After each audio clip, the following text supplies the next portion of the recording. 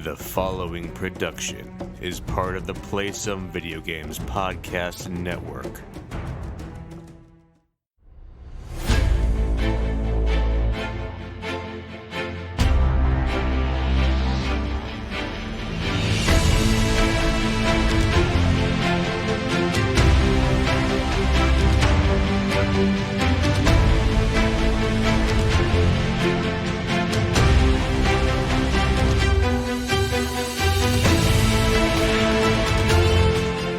Boarders, and welcome to Board with Video Games, the gaming podcast that strives for the right balance of coverage for games to play on your table and on your television. You can think of us as the Apple and Google of gaming podcasts. We're a proud member of the PSVG Podcast Network and thrilled to be part of the Dice Tower Network as well. I'm one of your hosts, Kyle, and joining me on this co-op adventure, the guy who hasn't been sued by Epic yet. Josh, how are you doing this evening? Hey, I'm doing good. I'm glad I'm Google in this situation.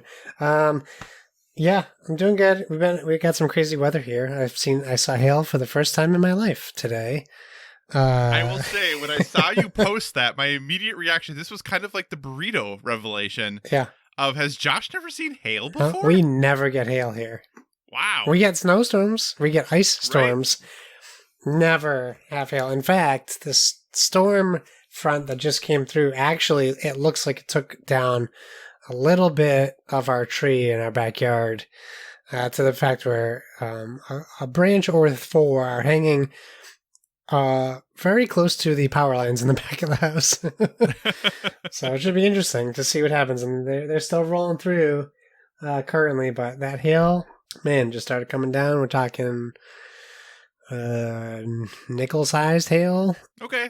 That's decent hail. I mean, that's no softball size hail. Oh, no, it's not even close to what I've seen for people, but to experience that for the first time, it is pretty interesting to hear every car alarm go off within 16 blocks of your house at the same time. Right. The thing about hail that has always gotten me is just how loud it is. Yeah. It's incredible. So loud. Yeah. Yeah, it was crazy. I mean, I love thunderstorms, so it was a nice addition to a thunderstorm until my wife was like, doesn't hail usually come with tornadoes? And I was like, oh yeah, well, we should probably start watching the radar just in case. In case something's coming. Are tornadoes not a big thing in your area either? Worcester, Massachusetts is notable for a tornado 100 years ago. Okay. And that was the last tornado that has been in Worcester. There have been tornadoes in surrounding towns in the past few years as the weather's been getting... That was some good thunder you missed that, by the way. Yeah. As the weather's been getting worse, some of our surrounding towns have gotten some tornadoes. Okay. In the past few years, but I would say only like 2 have touched down. Okay. And they pretty much did a lot of damage, but not structurally, just like trees. Yeah, I mean, living in North Dakota, Minnesota, and Iowa, tornadoes are a pretty regular part of life. I've never actually been present for a tornado. That is something That's good. Have been fortunate. I've been fortunate not to have that, but I know many people actually whose homes or parents' homes who have been directly affected by tornadoes. So it's just very interesting, depending on where you live in the country, the things that you associate with bad weather and what those things are. So yeah, tornadoes definitely a regular occurrence in my area. Many, many tornado warnings and things like that I've had to experience. So, We're supposed to be living in states where we only get 1 or 2 of the 5 types of weather, not all of them. Or like 2 hurricanes at once. Yeah, and like Louisiana's going to get pummeled tomorrow. I feel really bad for them. The world this is totally normal. This is fine. It's normal for 2020. You're absolutely right. It's true. It's so true. Okay, so obviously, as we said last week, this week's episode is going to be very focused on board games. And I have a feeling for Board with Everything this month, I can guess probably what one topic or one thing we'll talk about is because of a event that happened this weekend from when we're recording. But with that, I do want to get real quick your feedback, Josh. There were 2 video games announced this weekend, officially at this point. Yeah. One focused on Gotham Knights. Yeah. And the other one being, Justice League or Suicide Squad Kill the Justice League. Yes. Both of those coming from WB and their studios there. WB Montreal, right, is making the Gotham Knights. And then Rocksteady, who has been very quiet for a very long time, making Rightfully so, I think, with that release date. Yeah, 2022. Woo!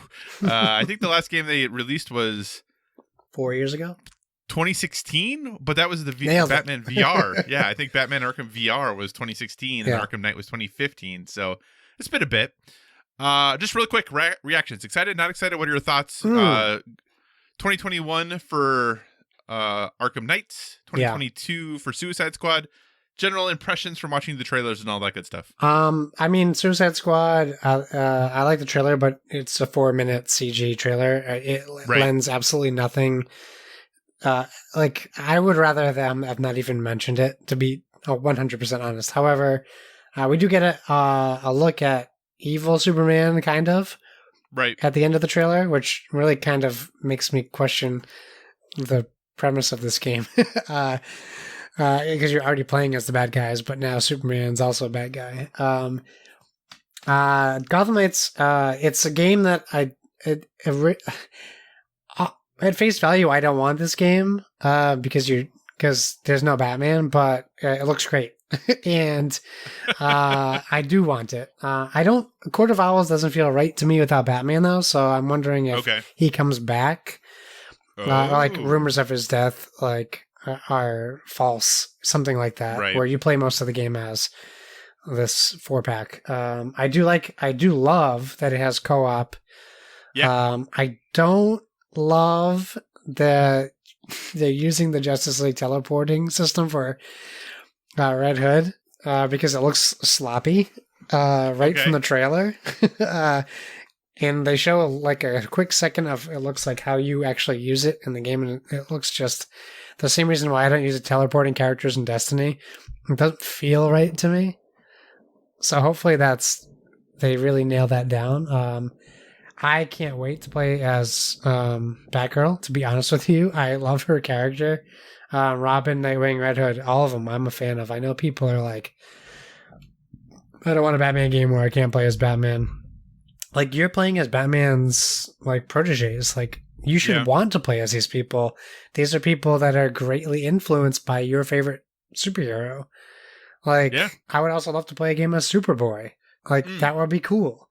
It's time for a change, and I think that it looks nice, and, like, the gameplay they showed, even though it's, like, alpha, looks great. It looks like Arkham Knight Plus, and I'm a little worried about the reliance on vehicles, because that's probably the least favorite part of Arkham Knight for me. But it was still good, like way better than the other Arkham games. But yeah, I think and I like that they changed the combat system. Like, the combat looks the same, but it's more RPG style. Like, you saw like Diablo style hit points coming off of bad guys as you're hitting them. So I like that too. Like, they're changing the formula just enough to keep it, like, interesting. How about you? What did you think of the reveals? I thought they were fine to good. I am not a huge comics person, as we've talked about before. So and I even have to think about the names of the games. Like, that's how much of a non-comic person I am. So for Arkham Knights, I know and have heard of all of those characters. Yeah. Can't really tell you what their actual names are necessarily. Well, it gets hard in Batman to figure out all their different names. Tim Drake, Dick Grayson, Damian Wayne, I think, is the new Robin. There have been others, but yeah, it is hard to tell who is who. Right. So that for me it looks cool. It looks fun. The co-op is something I'm interested in. I wonder very much how closely they're watching Marvel's Avengers. It seems a little bit like borrowing from that combat system. Not combat system, character development. Yeah, and obviously they have been making this game for a long time, and that type of character progression is something that's pretty baked into a lot of games. But I'm wondering how much they're going to look at to what works, what doesn't work, what people like, what people don't like, and how they're going to tweak. It is interesting that it's only 2-player co-op. There's no 4-player co-op, at least that they've said. So that's cool. Yeah, the Suicide Squad, I mean, the trailer was fun. Yeah, it was definitely fun. Who knows? And obviously, Superman is the one they showed. But since it is called Kills the Justice League, how many other members are there going to be that show up? Is it just actually Superman? because then you'd think that the title would be something different. So I assume there's more characters in it. Sure, but I mean, that'll be easy to kill Batman and Aquaman, so Superman will be the hard one to kill. That is true. That is very true. So yeah, I thought it was exciting and good. In some ways, it's nice to know what they're doing, though pretty much what we thought they were doing is exactly what they are doing. What has been rumored pretty much was nailed. But yeah, the 2022 release on the Rocksteady game is I don't want to say disappointing. I thought there was a small chance that the WB Montreal game might be this fall still. Yeah. So I was thinking potentially we could see a late 2020 for one, and then Rocksteady could be 2021. But I also knew that was likely very wishful thinking. So 2021, 2022, not bad. It'll be nice to have, especially a game of Rocksteady's caliber going, I'm assuming, full just next gen. Yeah, and given the time to develop the game the right way. Right. Like 2022 is like they're under no pressure to rush this game, which is a good thing. Yeah. So that'll be 6 years since their last game if it comes out in 2022. And you have to imagine they've been working on this game for a while. Yeah. So and there are rumors that they had been working on something else that got dropped and they moved on to this instead. Yeah. But either way, they've had some time. So we'll see. Definitely exciting. And I anticipate that for Bored With Everything, we might talk about all of the movies and other things that were talked about there. I already have a plan on one of the topics. So yeah. Awesome. All right. So we are, though, going to do a basically exclusive from this point forward board game show, but only one piece of housekeeping this week, just because I do want to make sure folks are aware. MetaFall is going on now, so all you have to do to enter is just go to bit.ly/MetaFall 2020, which is bit.ly/METAFALL 2020 by 11:59 p.m. Eastern, Sunday, August 29th. So you can go ahead, get entered to win some awesome prizes. First place is $60 to Amazon, or a $60 Amazon gift card. Second place is a $30 Amazon gift card. And the wild card is a $20 Amazon gift card. And all it'll take is about 5 minutes to go ahead, fill out that form, get us what your predicted Metacritic scores are for the games on the list, and we will go ahead, keep a track of those throughout the fall, and announce the winners in December. So that is, again, bit.ly/MetaFall 2020. Please enter by this Sunday, August 29th. We'd love to have your entry. And that's it for housekeeping. We're going to go jump right into the topics of the show. Josh, kick us off. What is your first board game related topic? Hey, so we attempted to start our board game call, which I pulled up 5 board games. I guess I could probably tell you what they were, right? So I pulled out Fire in the Library, Ghostbusters, the card game, Flip Cut Parks, Catch the Moon, and Unstable Unicorns. So we played Catch the Moon and Unstable Unicorns. I posted pictures on our Instagram if you want to check them out. And yeah, basically we were playing these games to weed out. I talked to Kyle. I don't think I talked about it on the show, but at least before the show, as much as I love my board game collection, I keep adding to it. And I don't live in a mansion. So, I think we were talking about how I had this feeling. I think we were talking about Seven Wonders, and it really made me think about board games I love that I just don't get to play anymore because we're constantly trying to play new games, right? Which I still love to do. I really love to play new games. But it also takes away my enjoyment of just ominous. I'm going to take over the Justice League. It takes away that fun of I'm looking at Everdell right next to me. I haven't played Everdell in months, and I have 3 expansions I haven't even tried yet. Right. So I need to really get this collection down. I have 400 board games. I need to get it down to 100. That's going to be very hard to do. That is going to be a challenge. And it's going to take a long time to do that, but this was the goal, right? So we started with Catch the Moon. Catch the Moon is a dexterity game where it's pretty simple. There's a cloud that is your base. There are slots in the base, and the game comes with a bunch of cedar 3D printed ladders. And you have a die, and that's it. Those are all your pieces. Different shaped ladders. You start with straight ladders, and you roll a die. On the die, it has one ladder or two ladders, or another symbol, which I'm forgetting. Which clearly, that's super important. I think probably you don't do anything, perhaps. And what you do is when you roll, I'm trying to see if it's close to me. It's not. You roll a die in the box, and then you pull a ladder out of the box top randomly, and then you place it. If you draw one ladder, it means that you need to put a ladder that you draw randomly, only touching one existing ladder on the board. If you roll a die with two ladders on it, then the ladder you place has to touch two ladders. No more, no less. Mm-hmm. If the ladder falls, or multiple ladders fall, you draw a tier. Those are like the raindrops. I'll call it a raindrop, because that's probably what it's called. You draw a raindrop. If you, on a two-player game, the first person to collect 3 raindrops loses. Simple as that. Very easy. On the face, it doesn't sound like a game I would necessarily keep. We had a ton of fun. It is super simple, but incredibly fun, and it's 2 to 6 players. So Right. I can only imagine how much fun this game would be teaching my family. This is a game that you can teach to anybody. It literally looks really cool on the table. Yes, it has a great table presence, and it's literally just putting a ladder on another ladder. I can teach that to my parents. I can teach that to a 5-year-old. I can teach it to my 3-year-old. But this game is very approachable, and even though it was the 2 of us, we laughed a bunch. We had a great time, and I just looked at my wife, and we both were like, "It stays." Like, it was a very easy decision.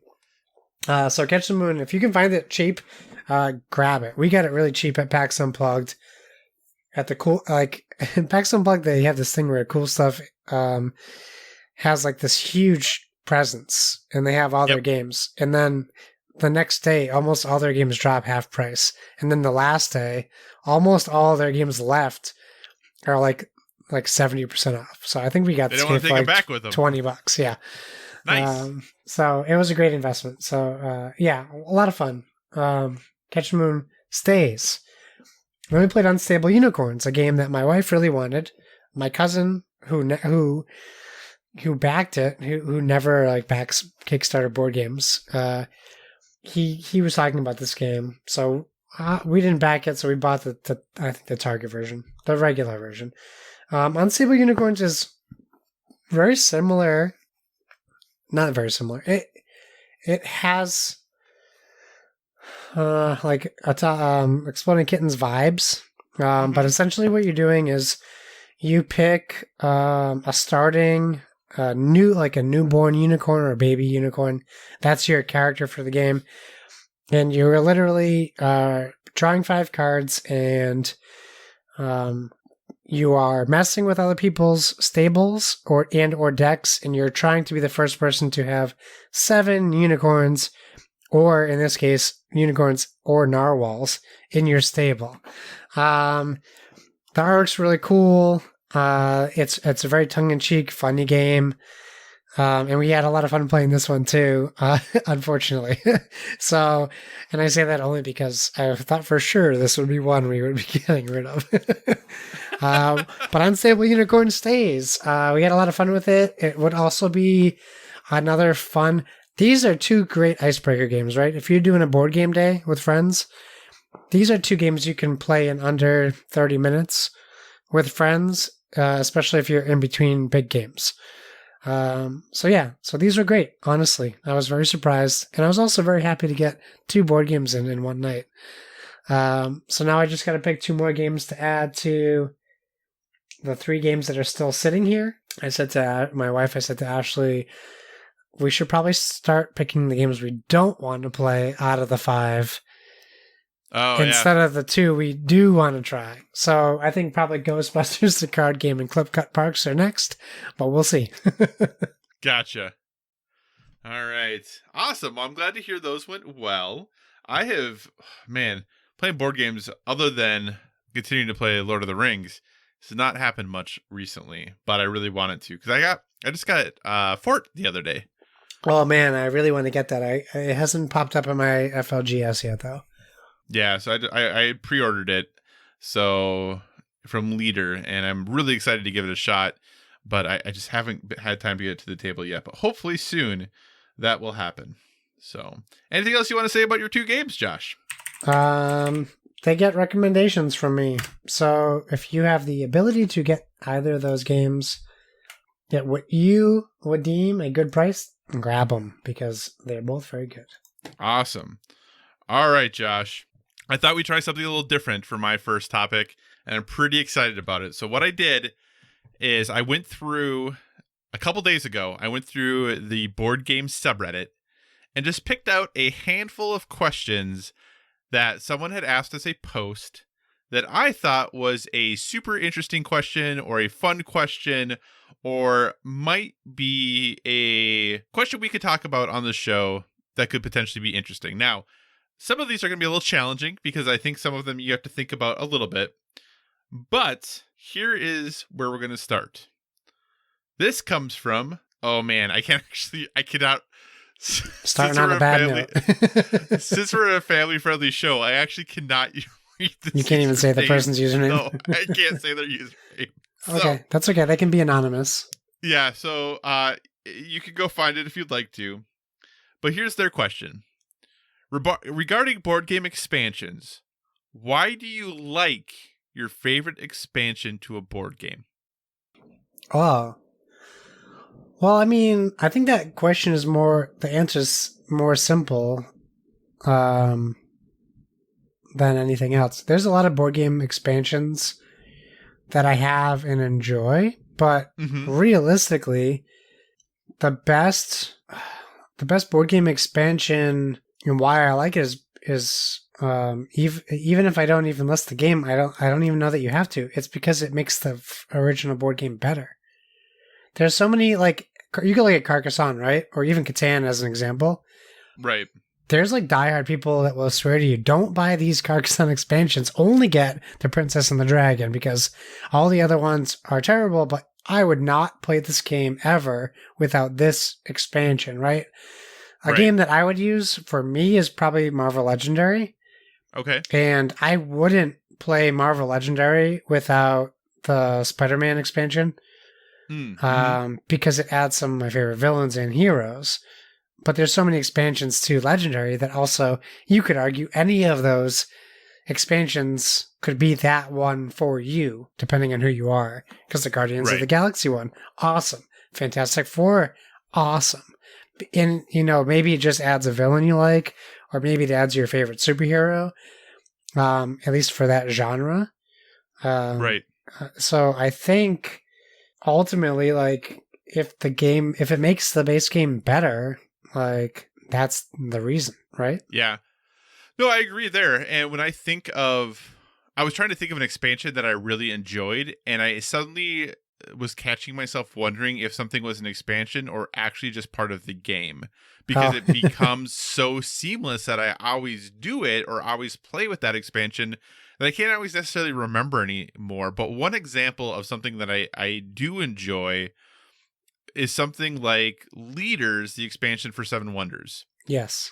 And the reason I like expansions like that is they maintain what is done in the base game, but they're then adding. So there's something about variable player powers that I really enjoy, and some games start off with them, and that's great if they start with them. But if a game doesn't have it and they can incorporate that through an expansion, I'm typically going to go all in on that, because it takes the general strategy of the game and doesn't change that, but has you think of it in different ways and has you approach it in ways that you might not normally do, right? I get very set in my ways in some games with strategies that I feel are going to be very successful. But suddenly, if you have this variable player power addition added on, that you might need to look at playing that game in a different way than you have before. And the mechanisms in the game haven't changed at all, but just how you approach those mechanisms have changed. And that's something I really love when games are able to do. Yeah, Leaders so to make a video game comparison, Seven Wonders on its own is like an open world video game. And then when you include Leaders, it's like a linear game. Yeah. Because you know what your goal is. Right. You get your leader, you go, okay, great. Well, I'm Ares. I need to have a strong military. So that's what I'm going to focus on. Right. Or I'm Socrates. I have to focus on science. That is my goal. So I really like leaders too. And that's a great example. Way better example than my Spider-Man Legendary expansion. I think that's a great example because I don't play Seven Wonders without leaders. Right. Yeah, I agree. And yeah, something about those situations just, and I think your comparison is apt. And I think the thing that's exciting about that comparison is it's not the same linear game every time then, right? Yeah, You're playing a different linear game depending on the leader that you get, but also then depending on what cards you get given to you. That you have to be able to think on your feet a little bit more of, okay, I know that X strategy is the optimal strategy, but if I'm not getting the cards for that, then what am I going to do? Yep. And really trying to think of it from that perspective. I love it. I love when expansions give that to a game. That's my favorite type of expansion. Cool. Anything else you want to say on that topic? No, you had a great choice. Okay. Here's the next hitter then for you, Josh. What is a game? Okay, see, these are things I really am disconnected because I don't even know if this person's username is appropriate or not. I think it is. I'll type it in the chat. No, it's okay. If I'm not very certain, I'm just going to avoid it. So, games where you feel like you're in it until the end. Oh. Ooh. So what is an example of a game where you feel like you're in it until the end? I don't have a lot of games that while I maybe don't enjoy the endings, I don't know that I've ever lost my interest in the game because of the ending. But I don't know that that's necessarily surprising based on a lot of the conversations we've had in the past about endings to video games, like specifically Mass Effect 3. I don't think that has ever happened to me, to be honest with you. I don't think an ending has ever taken me fully out of a game. Okay. So here we go. I'll rephrase the question in a way that's maybe different. So what is a board game? Yeah. Where like you feel like I can still win this game all the way until the end of the game. Oh, I was thinking of video games. That's my fault. You were. That's my my fault. We're fault. doing a board game focused show. So board games.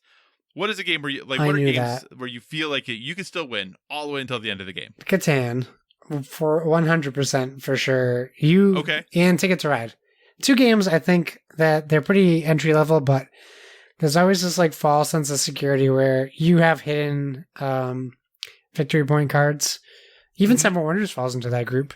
And Carcassonne. A lot of these games. Any point salad game, right? Because like you don't necessarily know what your opponents have. Right. I always feel confident in Catan. I always think I'm going to win. And the Catan changes, people start to realize that you're going to win, and then they make it so you can't win. Correct. Carcassonne is different. Like you have to if you're putting farmers down, you really have to pre-plan tile placement. But if you don't pay attention to someone else who was doing that, that's another game where you can think you have it, and then you realize like, oh man, I just realized Kyle has 3 farmers on both sides of the giant cities I just built, and I just closed them off, and he just got 15 points from me. Like, I think I don't know. I think a lot of board games work that way, right? Lords of Waterdeep, another game where you don't know what your opponent's cards are that they're completing and how many points they're going to get at the end. Like, I think that's what board games do well, right? It makes you uncomfortable in your, I don't want to say complacency, but like your confidence in winning. Like, yeah.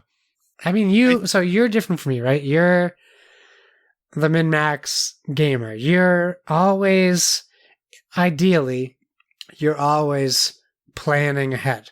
I don't play that way. Gotcha. Yeah, I tend to pick different strategies. So yes, do I min-max? I do, but I don't always min-max in the name of winning. I min-max to see what is possible, if that makes sense. Right. Yeah. So, because I definitely don't win that often. I think for me, the games that do the best of this, though, tend to be, like you talked about, the point salad games or heavier Euros.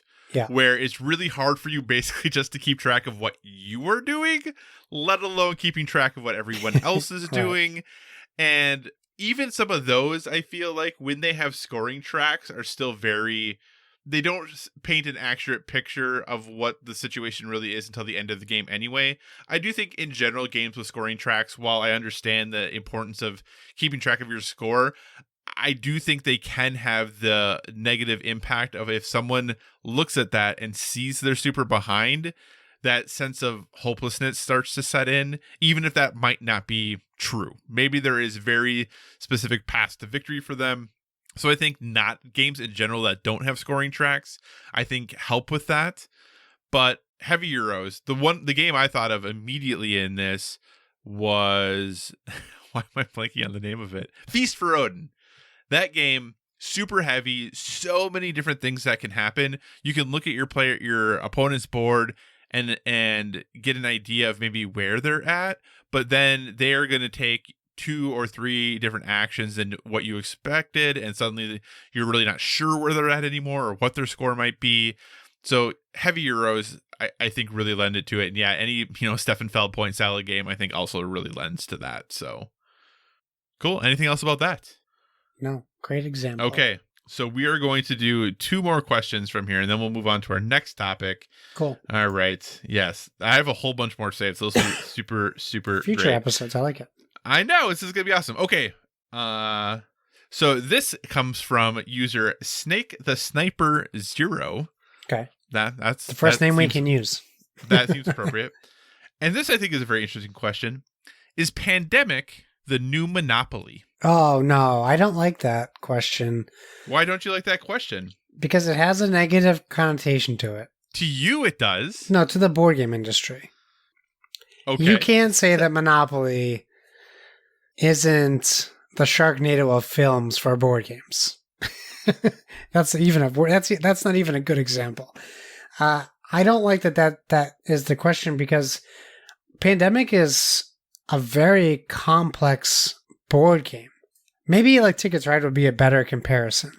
I do think overall Ticket to Ride would be the better comparison, but that's not the question they asked. Yeah, Pandemic's not entry level, so I would disagree with that question. It's not the new Monopoly, because anyone can play Monopoly. You can't, Pandemic requires cooperation and communication, and Monopoly is a very solitary game, with the exception of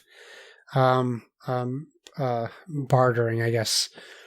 Depending on, and I also think I don't know that, and this is a broad blanket statement, I don't think that you can find anyone who plays Monopoly by the rules. There does seem to be a lot of house rules. Yeah, there are a lot of house rules. Who plays Monopoly and starts auctioning off property the first turn of the game? Nobody. Right. Who doesn't put money in free parking? Nobody. Right. People don't play Monopoly the way the rulebook is. If you play Pandemic differently than the rulebook, well, then you're not playing Pandemic, because the game, you need the rulebook to play Pandemic because it is reliant on that. Monopoly is not. I get where the question's coming from. I really I do get that. But I still don't think it's entry-level board gaming, and that's what Monopoly is. Right. It's more, I'm trying to think of an example of the next level, what is a harder board game than Monopoly but families still play? Like Yahtzee? Pandemic is the Yahtzee of board game, is Yahtzee? Because it requires, I don't know. No, because it's still pretty simple. You're rolling dice. Right. I don't know what that game is, but Pandemic is certainly not Monopoly. It's whatever is the next step from Monopoly. I do, yeah, like you said, I think that Ticket to Ride or Catan, I think either one of those are a more similar parallel. Yeah. And if you're going to go with a cooperative game, it's obviously not as popular, but something more like Forbidden Island or Forbidden Desert, Yep. I think would be a better pick but it just doesn't have the popularity that Pandemic does, in comparison. So, like you, I get where the question comes from. I don't think it's a bad question. It's just a question that I think there's enough things that are against it, if you would, that make it a challenging question to answer in the affirmative. So, no, I don't think that Pandemic is the new Monopoly, but I don't think I think there will be a new Monopoly someday, but it's going to be Ticket to Ride or Catan or something like that. Yeah, I saw Jeff Foxworthy Monopoly at Walmart last weekend. There's not going to be a new Monopoly because there's always a new Monopoly. That's true. That's very true. I am kind of surprised that we haven't gotten more licensed versions of Catan Yeah, I like that though. Ticket to Ride. Yeah, I mean, I'm just surprised that we haven't. Ticket to Ride, there's so many train games. I feel like they have another small one coming out, Ticket to Ride New Amsterdam, like a small one. I think they're doing a good job. But that's because they have to stay competitive in the train board game industry. Right. Which is bigger than most people think. It's true. It's very true. Yeah. Yeah, those types of games are pretty popular. There's a lot of train games. A lot of train games. People like trains. route building, like all that stuff. Very popular. My son is a great catalyst for that. Trains. Okay, true. Jameson. Okay, here is the final question that we're going to cover today. And this was the question that made me want to do this entire segment. So here we go. Boy. Can you say their name? I am going to say their name. You do not have to know for certain your answer is right. Just what do you think is the right answer? Oh, well, that's my entire life, Kyle. Okay, so here we go. This is from user Midnight Rush 3, and I'm going to read their entire post because it's pretty short. Can you put board games in a freezer without ruining it? Hold on. This is probably one of the weirder questions on this sub, but I've recently found out I have bed bugs. I'm wondering if I can put all my board games inside a garbage bag and leave it in a walk-in freezer that's 20 below Celsius for a week to kill them. Do you think that would ruin the material in any way? So, Josh, now, I will say, this is a very popular post with a lot of opinions on it. Do you think that you could put your games in a garbage bag, in a freezer, a very cold freezer, which is important to note, for a week, and will they come out okay? What are your thoughts? Are you ready for this? I am ready for this. This is a board game I've decided to call. I will put this in a trash bag today. Right. And I will open it live on the podcast next Sunday. Okay, if that's really what you want to do. Well, yeah. This is not a game I want to gift to anybody. Okay, sounds good. Sorry, Funforge, but Titan Race is a bad game.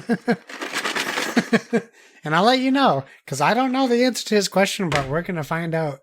Yeah.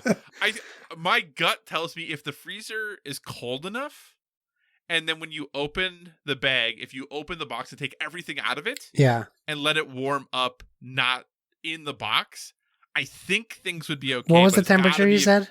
Is 20 below Celsius is what the... That's not... You don't have access to freezers that right, cold. I don't... Well, he has one through his work or something. That's great. Well, my freezer gets -6 Fahrenheit, so that is what I will use as the test for me. And what I'll do is I'll open it, I'll take it out 2 hours before we record, and I'll take pictures, and then I will...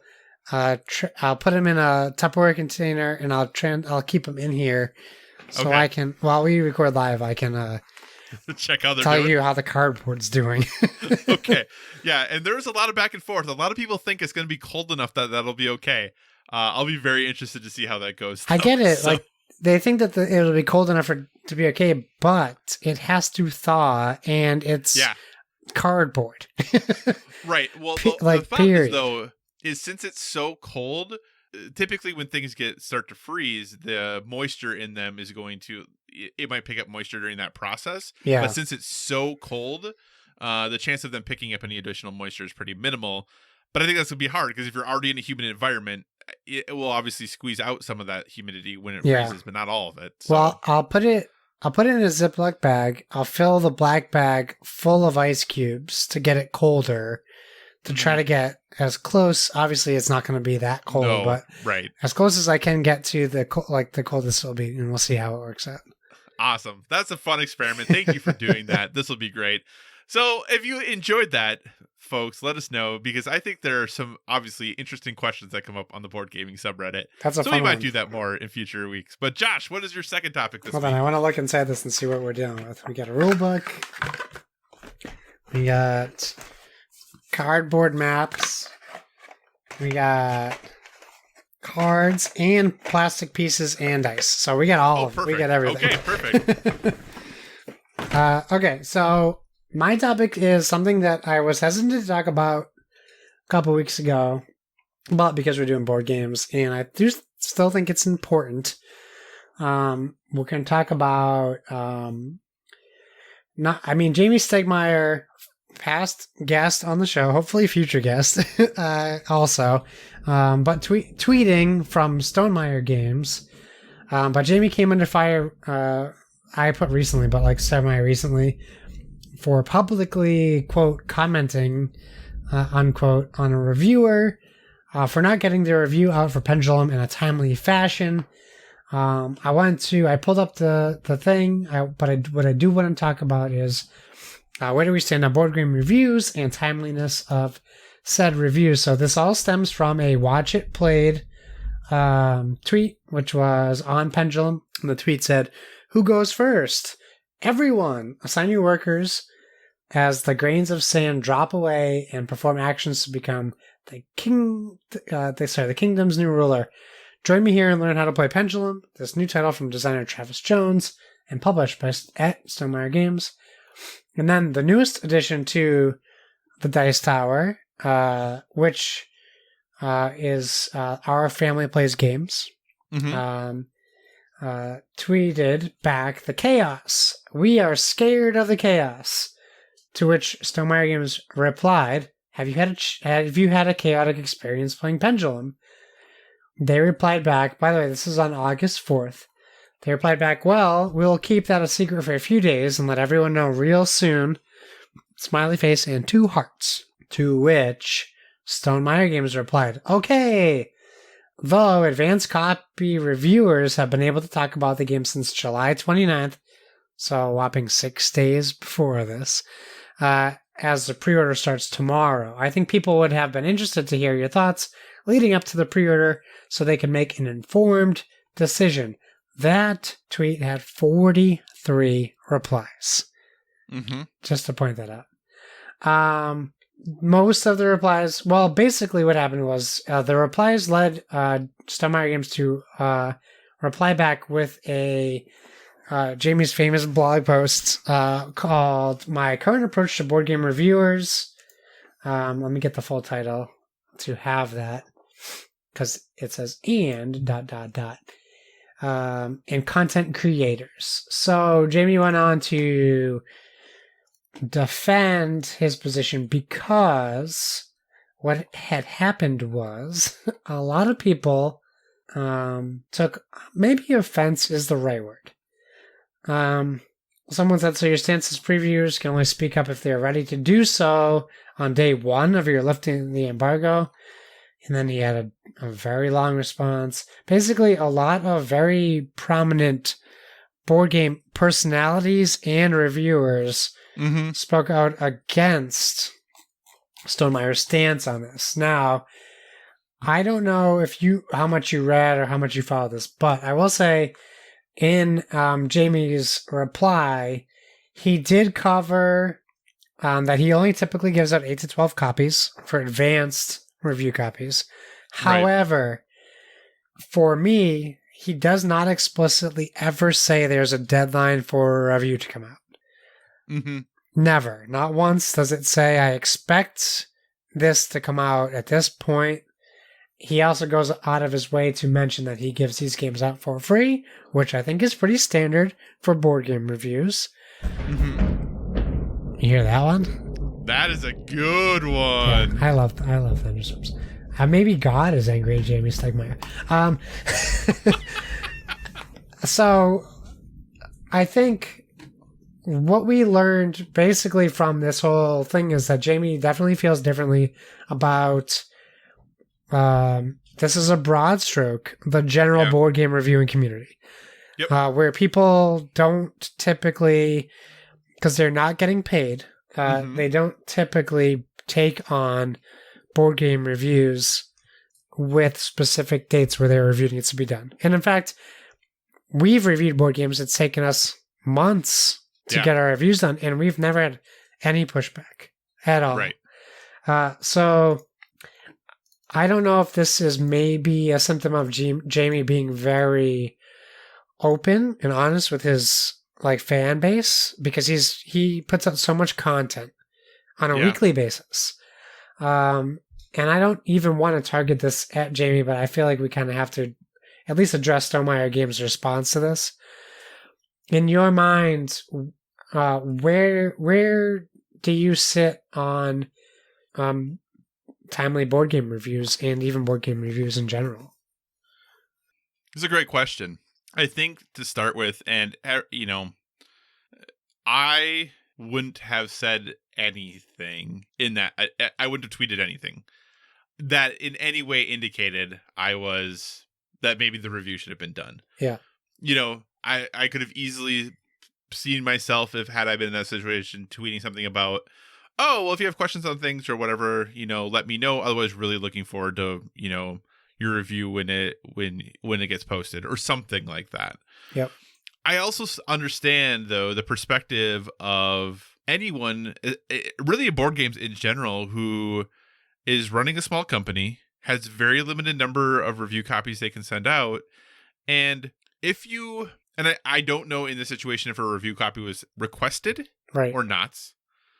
But if you request a copy and they provide information about, hey, here's when the timeline for this, I would try my absolute best to get those things done. Now, that being said, like you said, we have gotten board games and it's taken us some time to get them done. Typically, those have been games that have already been out. Yeah. Yep. They're not games that are coming live for pre-order. Back in the day when we did a lot of video game reviews at PSVG, I always worked very hard to make sure that my review was done and ready for whenever embargo lift was. But because life is just busy right now, I don't ask to do those things very much anymore, because I don't necessarily have the time or can guarantee I have the time to get things done in that quick turnaround now because of everything else going on. So this is one of those situations where, in general, I 100% see both sides of the story and both sides of the situation. But with all that being said, when you provide a game for review, that is it. It is up to them when they get it done by. It is up to them how they do it. It is up to them. And if you don't like the results, you don't have to provide them games in the future. Right, and that's what it should come down to, right? And that doesn't mean, though, that you should only provide people who are going to give good reviews to your games. I'm not saying that at all. Yeah. But if it's 6 months later, 9 months later, there's no second print run, whatever the situation is, and that review comes out, obviously you can take that into consideration. But once you've given it, that's it. Like, you kind of got to just back off and let them do their thing. Yeah. And, and I think it would be totally reasonable, and maybe others would disagree, but if they reach out for a game in the future and you're like, you know what, I can't provide one in this situation. And if they ask why, I'd be like, hey, I provided one last time. The timeliness wasn't really what I'm looking for when I provide games to reviewers. So if that's something you think you can remedy for the future, I'd definitely be interested in working again. But, this is kind of, I'm limited in the number of games that I can provide. How often have we gotten turned down for review things? Because of any number of reasons, right? Yeah. So, and again, not complaining about that at all. But that's kind of where I come down on this. I don't think it was the best look to say something. I understand where he's coming from, definitely. But I don't think there should have been, I don't think anything should have been said in general in that situation. What about you? I think, well, it's funny because I think his defense about himself made it 10 times worse for him. Yeah. He said he only gives out 9 to 12 copies of an early preview game. So if 11 reviews came in on time, you're going to go after the one. Yeah. Not only that, he also said he generally doesn't ever listen to any reviews of his games ever. Right. Okay. wow, what the hell? Why would you ever say that? Like, just keep that under your hat, man. Because you're not making it better for yourself. And here's the big thing, right? And I don't mean to politicize this, but unfortunately, it comes at a time where everyone in the board game industry, led by Eric Lang, is out there pushing for Black creators. This is the first Dice Tower Network all Black family reviewers, and Jamie goes after them. Right. It does not look good. No, it doesn't. And just you're 100, like, my biggest, like, I don't have a problem that he had an issue with them not getting the review done. Right. Jamie's a professional. A professional person sends an email. Yeah. End of story. Yep. A professional person sends an email. That's it. There's like, I find myself feeling frustrated because I can't defend him because a professional person sends an email. Yeah. Yeah. That's it. I don't disagree. And, I don't disagree. And maybe he did send an email, but it should have started and stopped at an email. And honestly, you said it. Hey, I'm disappointed that you didn't get this preview done before the pre-orders went live. Yep. And I hope you understand that I have a limited amount of pre-release games I can give out. And while I would love for your feedback, maybe the next game you just have to wait until full review rounds go out. Yeah. That would be fine. And I don't know these people, and I don't know their mindset, but there's a 50-50 chance that either they didn't put the time into reviewing this game, or they wanted more plays before they put a review out. Right. And, I'm not going to judge them on that. And I certainly wouldn't call them out on social media over that. Yeah. I just think about how hard it is for us to get everything done for what we do each week, just with everything else going on in our lives. Yeah. And that, if they don't do this as a full-time job, they do this as a hobby. Right. Right. And that makes it so hard. I mean, I'm lucky if I can play board games a night a week, so when you're not the Dice Tower, when you're not Watch It Played, when you're not Shut Up, Sit Down, when you're not those people who this is all they do and this is how they make their living, which is great. That's really awesome that those people do that, have that. I think it makes sense to not expect, but you would think you would see them have those things done because that is their job to get those things done. Right. Yeah. Yep. Whereas us, it's our job to hopefully make sure we get a podcast out every week. That's it. That's all our job is. Just and we've done that 151 times, so I'll take it. Yeah. So consistency is key. It is key. We've only missed 1 week in that 151 streak. And we were forced to do it by Donnie, the mad tyrant of Play Some Video Games. I know. And we still recorded other podcasts that I don't think people want to hear about board games during E3 week. Okay. We love you, Donnie. Yeah, we love you, awesome. Donnie. I'm teasing Anything you. else about that situation you want to talk about? No, I just hope that it doesn't happen again. I love Jamie. I think he's great. He didn't come out looking good on this one. I agree. Okay. My next topic, and we'll see how many of these we do, because there's a few of them here. But we have a couple more topics to get to and some awesome email questions this week, which is great to see from everyone. So thank you for that. All right, Josh, have you seen this post prior to me posting it? Hold on, let me pull it up. I can guess. You can probably guess where I'm going to go on this one. Nope, I haven't seen this one. Okay, I didn't think so. Ooh, I can vote on it. Nice. You can. If you log in, you can totally do it. All right, so there is a really large forum post going on right now on Board Game Geek that is talking about favorite game poll per designer. So it is listing very well-known famous designers and then having people pick who is your favorite game from this person. Yeah. So, and there's a lot of really, really great designers on this list, a lot of really, really great games. So we're just going to go through a few of them, and we're going to pick what our favorite games are, Josh, and maybe fight to the death about what let's do the Board with Video Games game should be. But this poll was started by Christopher Schindler? Don't say Schindler unless you mean it. Christopher Schindler. Schinnerl. There we go. Christopher Schinnerl. So nice job, Christopher, because this is an awesome post. So here is the first board game designer in the list. That is none other than Reiner Knizia. And the games listed for that you can select from are a lot. Don't list them all. I'm not going to list them all because there is a whole bunch of them. But Josh, in this list, what would you vote for as your favorite Reiner Knizia game? Well, I'm going to have to add Lord of the Rings: The Confrontation to my want to play games. I haven't played almost any Reiner Knizia games, apparently. So I have to vote for Lost Cities. But I know it's not his most renowned game. In fact, I voted on it, and I can see what's winning. Oh, can you see what? Out of curiosity, what is winning? Well, number one game right now is Tigris and Euphrates at 15.2%. However, Lost Cities comes in third at 12.4%. Nice. Actually, the one thing I discovered while looking at this post as well is for a lot of these other designers, I have played numerous games on their list.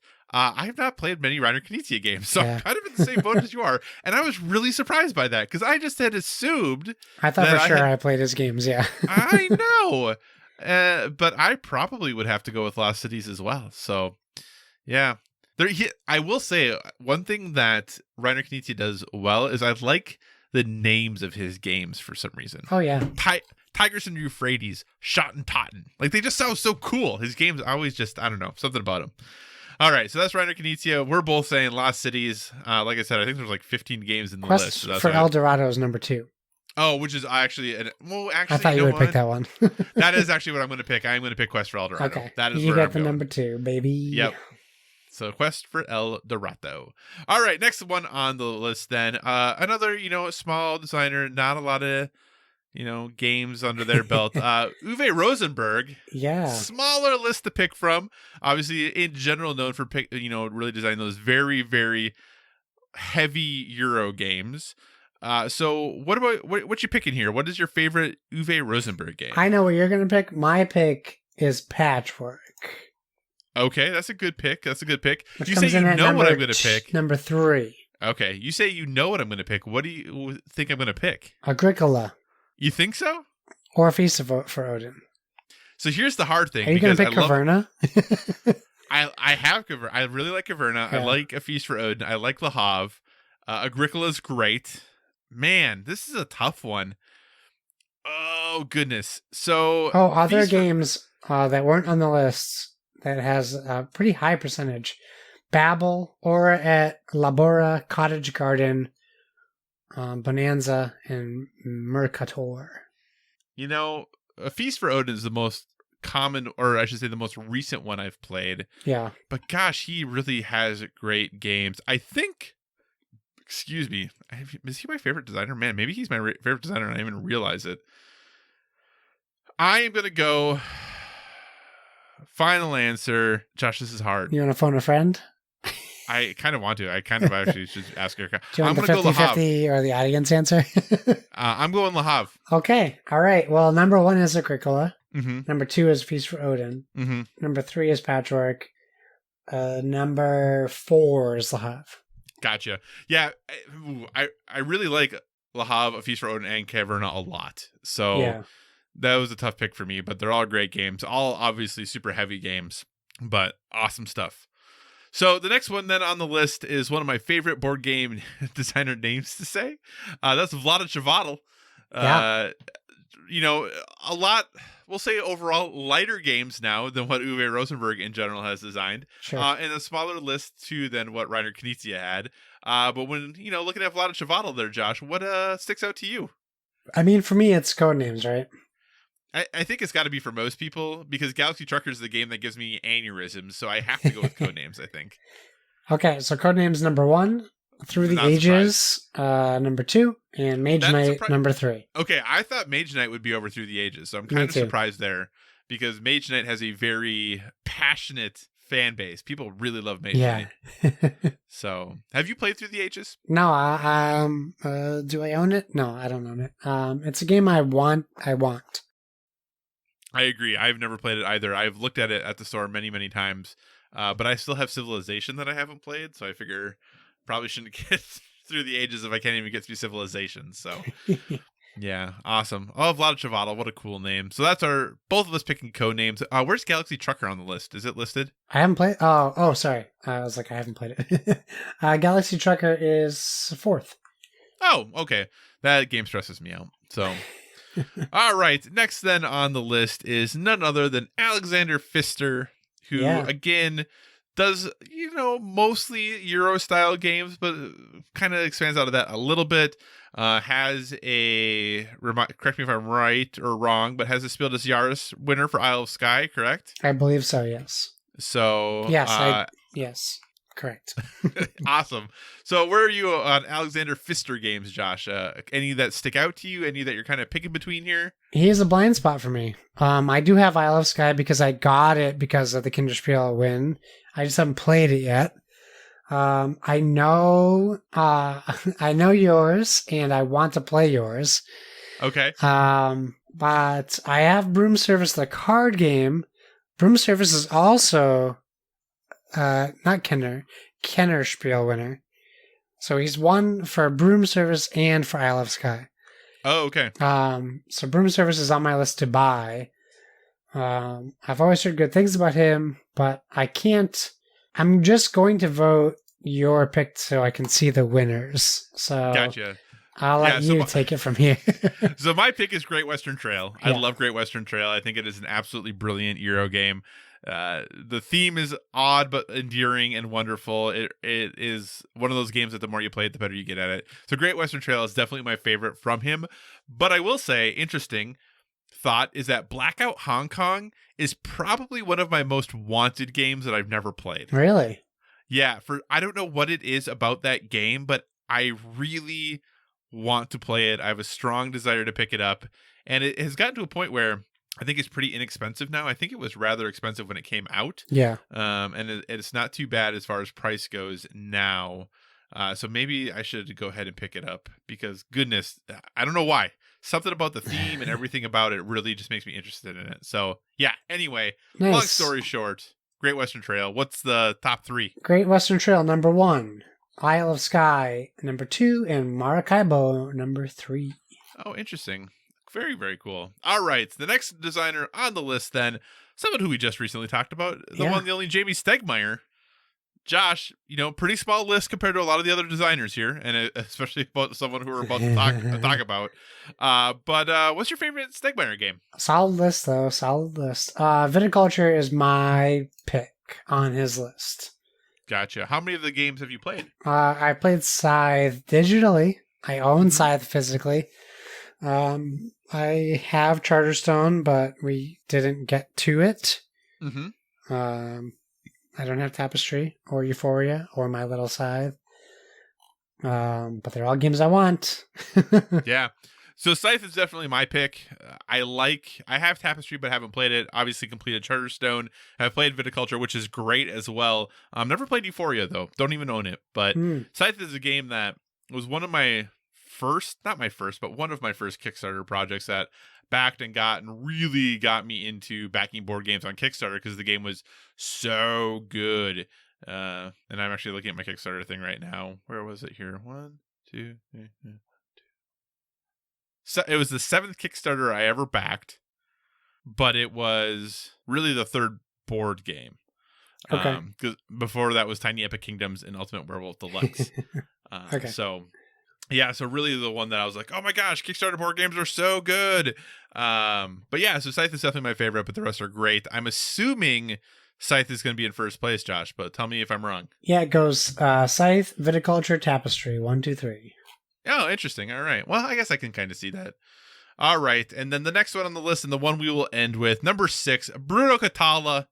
What a list, Josh. Oh my gosh, look at all those games on there. Yeah. There's so many of them, and so many really good ones, including... I like him as a designer. Yeah, he's great. You've definitely talked about a lot of these games, and he also has a Spiel des Jahres winner on here with King Domino, but just a ton of stuff on here. So, Josh, what would you pick? What's your favorite game from Bruno Catala? Wow, that's a tough one. I have to go Seven Wonders Duel, but Shadows over Camelot is a very, very, very, very, very, very, very close second for me. Not on the Shadows chart, though. I think Shadows over Camelot might be the game I've had owned the longest that I haven't ever played because it requires 3 players. Yeah. I So- mean, yes. So this is a tough one because I really want to pick Seven Wonders Duel, but there's this little game called Five Tribes that's on here as well. And Never Five played Tribes, I'm going to have to go Five Tribes. I think Five Tribes is my favorite game from Katala, but Seven Wonders Duel is great. King Domino is great. Yes. Oh my gosh, he has so many good things on here. It's ridiculous. So what's the top? Well, let's do the top 5 for him because, like I said, there's a lot on here. All right. Number 1, Seven Wonders Duel. Number 2, Five Tribes. Number 3, King Domino. Number 4, Cyclades.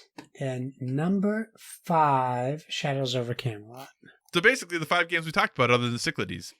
Correctamundo. So, all right. So that's, like I said, that is the first 6. There are many, many others. So maybe this is another thing we'll come back to in the future to talk about. Some of them have a lot of games that are pretty popular. Some of them have games that I'm like, wow, I know this person's name, but I have not played any of their games. So there's a couple of those on here. But overall, man, it's amazing how many designers are really behind a few very specific, or they have like 4 or 5 games that they're super well known for. And then you're like, oh, wait, they did all these other ones too? Yeah, like Antoine Bowser would have been next. And wow. Yeah, right? Antoine Bowser. Whew, that'll be a fun one. Maybe, like I said, maybe we'll get back to this someday because I think it's pretty fun. But there you go. Go ahead and check out, like I said, on Board Game Geek. They have the favorite game poll designer. So go ahead and check that out. It is pretty cool. Josh, third topic this week. Sorry, I kept voting for things. So, for my third topic, it's actually something I discovered while browsing the shelves at my local Walmart. So we've had a lot of questions from listeners in the past about getting into Dungeons and Dragons or Pathfinder, just role-playing games in general. Now there seems to be a game that helps bridge that gap between board gamers and RPGers. Let's talk about Dungeons and Dragons Adventure Begins, a cooperative board game. So I'm reading this from dnd.wizards.com from their product page. It is Dungeons and Dragons in a board game box. As they describe it, you step into an exciting world of D&D, choose your character and work together along the journey through the lands of Neverwinter, facing fantastic obstacles, battling monsters, and defeating the boss monster terrorizing the realm.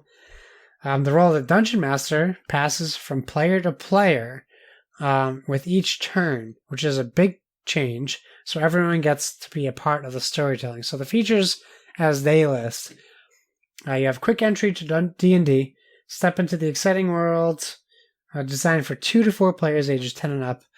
You have cooperative fantasy game. It's a portal to the monsters, magic, and heroes of D&D. Players work together as they journey through the lands of Neverwinter. Has quick gameplay. You can choose and customize your heroes, battle iconic D&D monsters, and experience a new adventure every time. You can choose a journey and which boss your party of heroes will fight in the end. You can choose from 4 bosses, the Beholder, a Fire Giant, a Green Dragon, or the Kraken. And it even comes with 4 plastic miniatures corresponding with the heroes. You can also get it on Amazon. You can pre-order at GameStop as well. It's only $25. The release date says October 1st, but it is currently in at least my local Walmart. Do they have it? Yeah, that's how I discovered this. Oh, that's right. Yeah, sorry. So I don't know if that is purposeful, like a Target exclusive, or a fluke, and I wouldn't have been able to buy it at the register. But it seems like being on the shelf a month or more than a month early can't be a fluke. So yeah, what do you think? How do you feel about this board game adaptation of a tabletop RPG? And do you think this is a good idea, bad idea, neutral, etc.? So, I'm looking at you can the only pre-order box. on Walmart's website, so check your Walmarts. Right. Maybe I'll go buy it tomorrow. That's why I was confused, because I was like, maybe I misunderstood what he said. Yeah, I got free pickup today in stock at Worcester Walmart. Interesting. So here, this seems cool, but Josh, have you looked at what's in the box? Yes. It's more board gamey than D&D. Well, but also there are a total of 4 dungeon boards. Yeah, double-sided, I believe. So, still, 4. Yes. That's not very many, Josh. Well, when most people play D&D, they don't have boards, period. Well, I understand that. Okay. But, because when you're playing D&D for realsies, the map is only limited by your mind. Your imagination. Exactly. I think this could be cool. I do think this obviously is geared towards getting people entry level into this to see if they're excited about it, to see if they can get them to bite, if you would, on going to that next step. What I wonder about, though, is people going to be, is this going to be enough of a step, or is getting into D&D still going to be super daunting? You know what I'm saying? Yes, I actually do know what you're saying. So that's more of what my concern is this enough?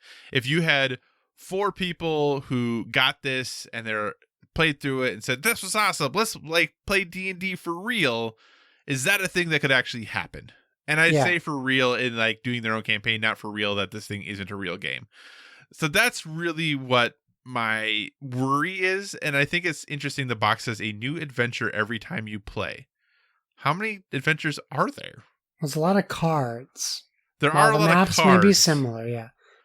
So, yeah. I don't know. It's cool. It's a nice way to try to ease some folks into it. I hope it works out for them like they think it's going to or they want it to. Yeah. Because I think more people playing tabletop role-playing games is good. It's obviously a blind spot for me. It's something I have yet to have the joy of participating in.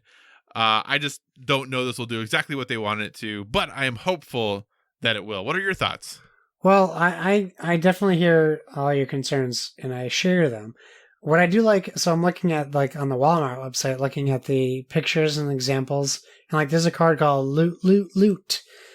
And it says, you enter a room filled with flickering shadows. All players roll. The highest roller discovers a chest, and then rolls again to try to open it. And then the bottom it has, literally, you roll your d20 at a -1 check. Your hand slips up and hits you in the face. Critical failure. If you roll an 11 plus, the chest springs open, and then it says, name what you find inside. So I like that it is inspiring kids, it's ages 10 up, creativity, right? So, what do you find inside the chest? And then, the kids or adults could say anything, right? I find a banana, but it shoots bullets. D&D is open to your imagination, right?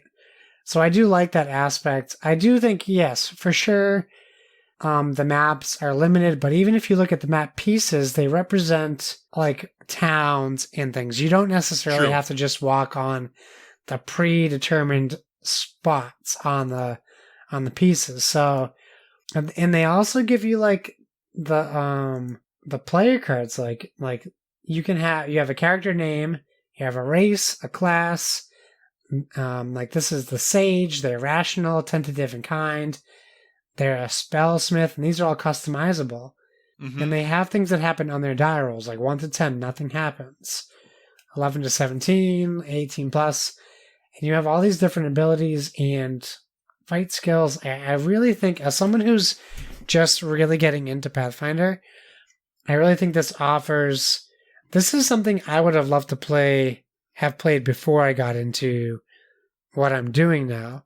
Right. More on a comfortability level, right? I play Pathfinder, and I'm just so nervous I'm going to mess something up that my enjoyment while I'm having fun is marginal compared to everyone else who's been playing this forever. Right. They're enjoying it way more than I am because I'm just so worried that I'm detracting from the enjoyment of it. Okay. And if I had this game or some type of game, or even if I attempted to get into D&D before now, I feel like I would be more comfortable. What I do like about this is that it puts everyone per turn in the position of the Dungeon Master. Right. That is cool. Because it gives you at least more like situational awareness of what's going on. Right. I think it's a great step forward. $25, great entry level at that price point where I feel like you don't even feel like you're out of money. Like you don't even feel like it's a loss. Right. At this investment price, because you could just buy Jeff Foxworthy Monopoly for the same price and get a different experience out of it. Absolutely. Absolutely. No, that's great.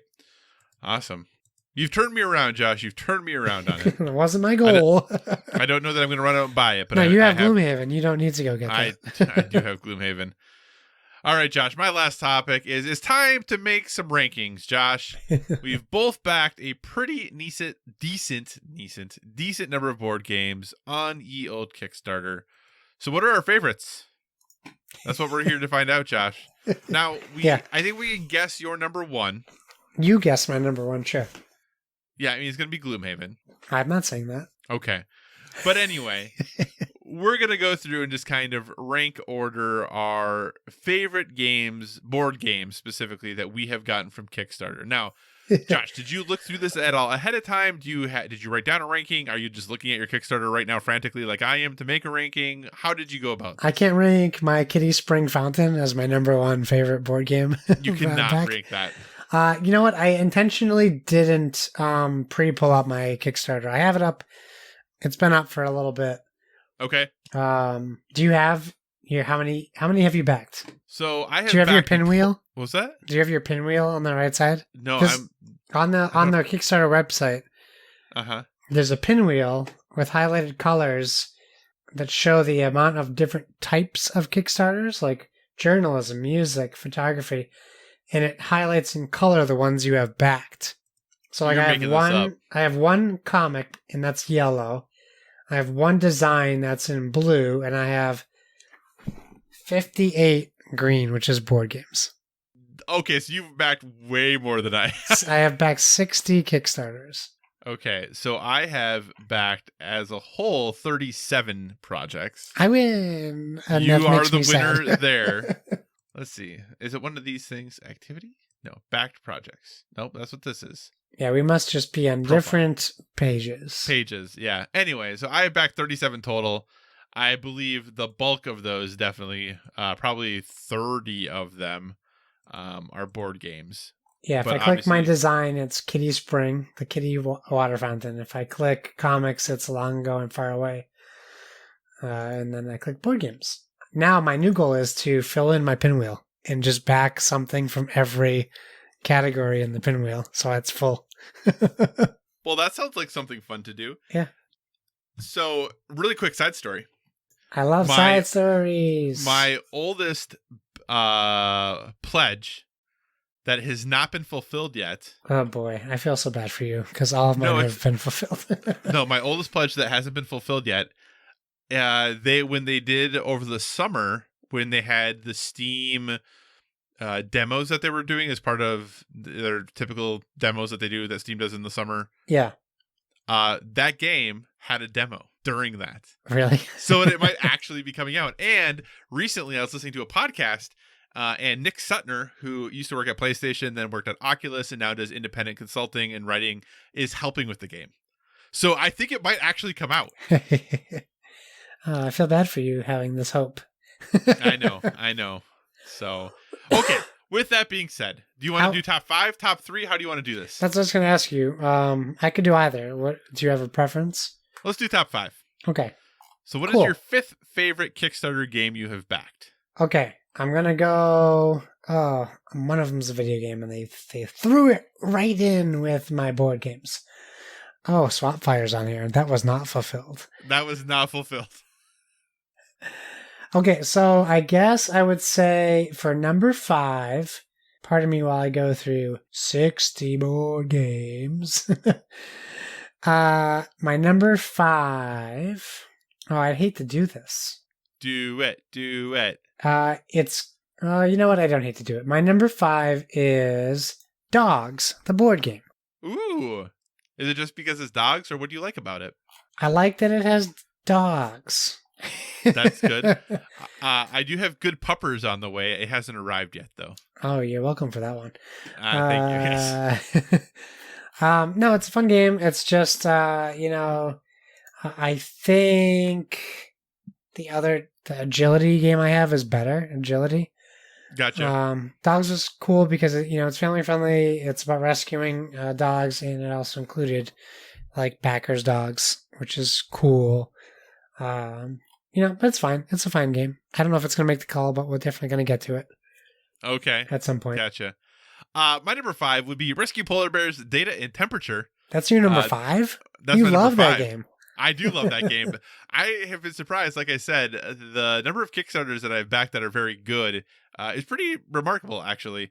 So that is my number 5. It is a cooperative game, very challenging cooperative game, but it puts you in the place of trying to help rescue polar bears. This is a game with a message. They're very much trying to raise awareness for the melting ice caps, but whether or not you believe in that, which you should because they're melting and the polar bears are sad, this game, awesome cooperative game, really highly recommended if you can get your hands on it. Rescue Polar Bears, Data and Temperature, my number 5 game I have backed on Kickstarter. Josh, what is your number 4 game? My number 4 is the Shipwreck Arcana, or Arcana, depending on where you are in the country. Stars Below. I talked about this previously on the podcast. It is like this tarot-style card game that is incredibly beautiful art. It's unique as far as how the board game plays. I don't know that I've played a game like it since.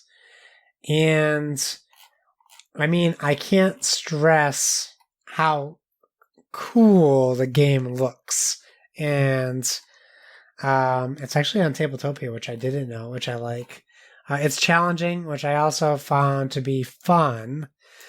I accidentally clicked on the link where audio started to play.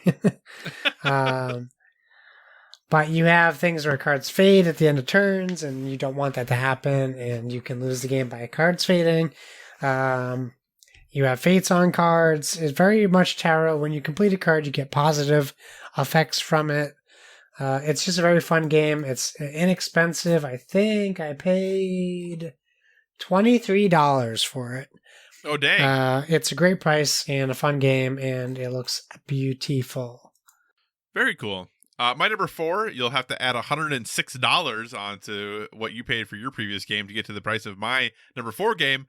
That is The Seventh Continent. What goes up must come down. Yeah, it was $129. What are you going to do? I don't think that included shipping either. With over 1,200 cards, that was not cheap shipping, if I recall.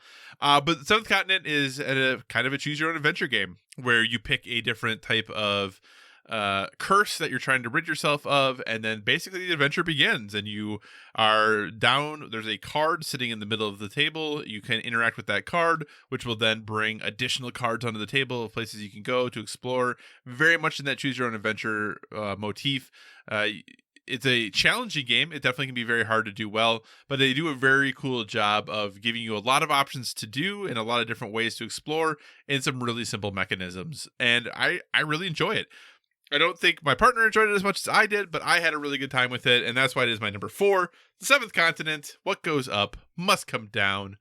4th best Kickstarter I have backed. Josh, what is your number 3? My number 3 is Fantastic Factories. That's a good one. A game we not only have talked plenty about, but also talked with the creator, Joseph Z. Chen, or co-creator. A great dice placement, engine building board game where, yeah, you're literally building fantastic factories. I don't have to go on about it. We talked about it a bunch. We have. But a great game, and now the expansion's on Kickstarter. Is it really? I didn't even know that. I guess I'm going to be back in another Kickstarter tonight.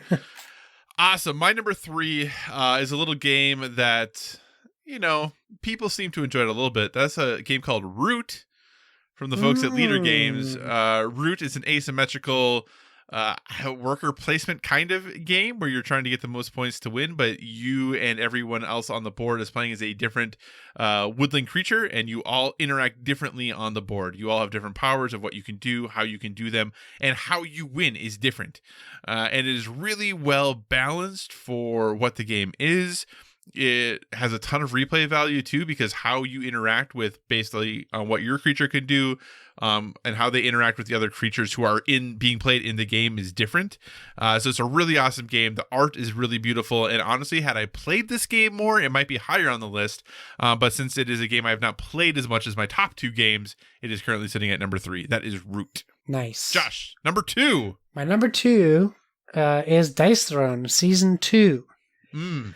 Dice Throne is, I still feel like it's incredibly underrated. Mm-hmm. I don't know that a lot of people have played this. Dice Throne is not only... Okay, so Dice Throne is a deck builder, dice roller, roll character game. You pick a class, and Dice Throne Season 2 added a bunch more classes, and it's totally compatible with Dice Throne Season 1, where you pick a character, and they have these set up abilities, but as you play, you have a board in front of you with your basic abilities. And as you play through the game, you use cards to upgrade your abilities, where they literally just go over your board ability. And you make your character stronger, but it has the Yahtzee mechanic, right? You're rolling 6, I believe it's 5 or 6 dice, and you get to re-roll, but you're trying to accomplish this combination of dice icons under your character's abilities. Now, you can play this game cooperative or competitive. It's always competitive. You can play it solo or team-based. There's so many different ways to play it. And it plays like 2 to 7 players, I want to say. There's just so much replayability for this game, and the production quality is incredible for this game. Mm-hmm. It just looks great. And Season 2 really upped it up. Like, they have cutout boards instead of flat boards that cut around the characters. I have the ultimate box. I moved it around somewhere. I think I packed it up and brought it somewhere recently, but it used to be in this area. Like this nice giant box that it comes like really nicely set up. It's just a very well produced game. I paid $60 for the giant edition for it, which is another great price for an awesome game, which I wish I played more of. Awesome. Dice Throne Season 2. Very cool. My number 2 is a game we talked about a little bit earlier on the show, and that is Scythe. Scythe was a game that for a long time was probably in my top 10 favorite games, period. I really enjoyed it. It's fallen off a little since then. I definitely haven't gone back to it as much as of late, but still a great game. Really amazing production on it. What you got in the box, it was $100 when it was back in the day when this came out, and I really enjoyed it. It was a game that I wanted to play and wanted to get all the expansions for, and they've done a ton of expansions for it. And overall, Scythe is just a cool world and a game I like enjoying. It seems like it's going to be this game all about battling and war, and you fight a little bit, but really not that much. And it is a game that was surprising to me with the depth and the strategy and the different ways that you can approach it. So it's something that will stay in my collection probably forever. And I just really enjoy it. Scythe, my number 2 game I've ever backed on Kickstarter. Josh, just tell everyone what your number 1 is. Well, I'm trying to pull up the date. So this game I backed in 2017. I paid $100 for it. It made $3,999,795 on a goal of $100,000.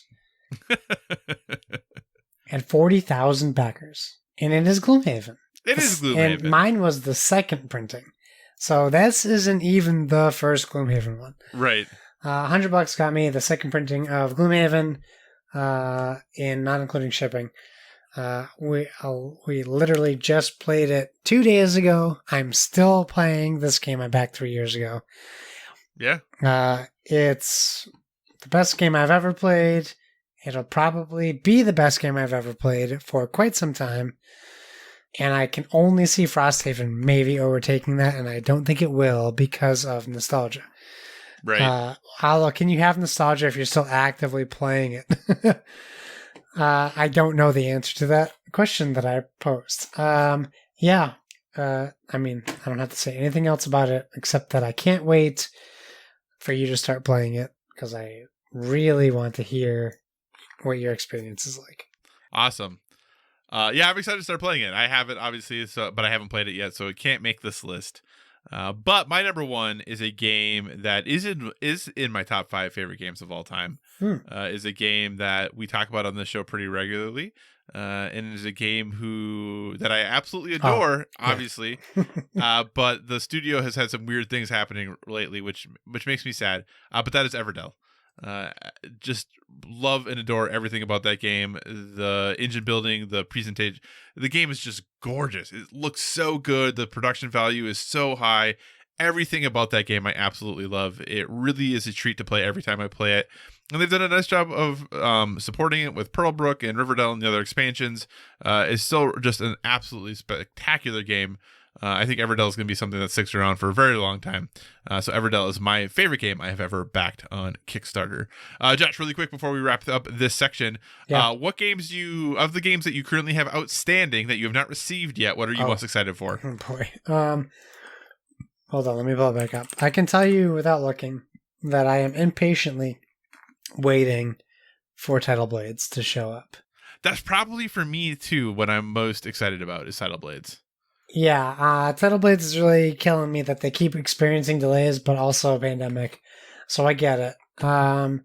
Foundations of Rome, obviously a huge one that I'm waiting for.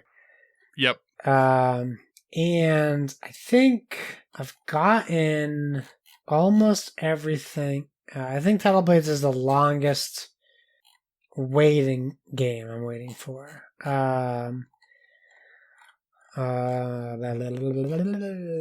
still want to play Mockingjay. That's on the list. Mm-hmm. I'm still waiting on Foundations of Rome, the Matchbox collection from Thundergriff Games, Frosthaven, Kodama Forest, Azonia, the Whatnot Cabinet, Mission to Planet Hex, which is a local board game designer who we met in Unpub at the first PAX Unplugged. That ends in a couple days. And Kitty Spring Fountain, the most cat-friendly water fountain on Earth. Yeah, I think Tidal Blades, like you said, is the one I'm most anticipating just because it is, it's supposed to be here almost a year ago at this point, and probably will be about a year late by the time we get it, based off of their most recent update. Yes. And you're right. They've just had a ton of bad luck. And the thing that is important to me though is that they recognize, especially with this last update, and for listeners, if you're not familiar with their situation, basically the things were getting packaged and they realized that because of how they were being put on pallets, it was damaging the corners of all the boxes. Yeah. And they're like, this isn't okay. You can't do this. So it's just things like that have happened to them where it just is, they keep running into, small little issues and all these good things. And it was supposed to arrive in October of 2019. I'm guessing end of September, early October of 2020 is when we'll probably actually end up getting this game. Maybe. But I'm super excited about it. It's something I'm looking forward to. I'm still waiting on Sleeping Gods. That was supposed to be that was supposed to be May 2020. But with everything that it was in that time frame, delays are expected. But yeah, Foundations of Rome I'm excited about. Obviously, Frosthaven's a bit out there. I'm also have back the Whatnot Cabinet and Asonia. So we'll see. Good Puppers, that's supposed to be coming pretty quickly. I'm pretty stoked about Good Puppers. And I just got Awari a couple days ago, which I'm really excited about. I'm jealous. Yeah, oh my gosh, the box is gorgeous. It looks so good. It does such a good job on that. It looks amazing. So I'm super excited about jumping into that one here soon. But yeah, Tidal Blades, definitely looking forward to how that game plays and everything, because it's definitely highly anticipated. Yes. To our listeners, you have 3 days. I really suggest just check out Mission to Planet Hex. I probably should have talked about this a month ago. Really fun game. Again, that my wife and I played at PAX in Unpub, at PAX Unplugged. And it's very unique and it has a lot of quirky humor in it, but it's also challenging. A game out of Boston, Massachusetts, which we just coincidentally, while we were in Philly, sat the first table. We sat down in Unpub was this guy who was really cool from Framingham, Massachusetts, and his game was really good. So check out, and it's HEXX because the pieces are hexagonal pieces, but they had to throw that extra X on.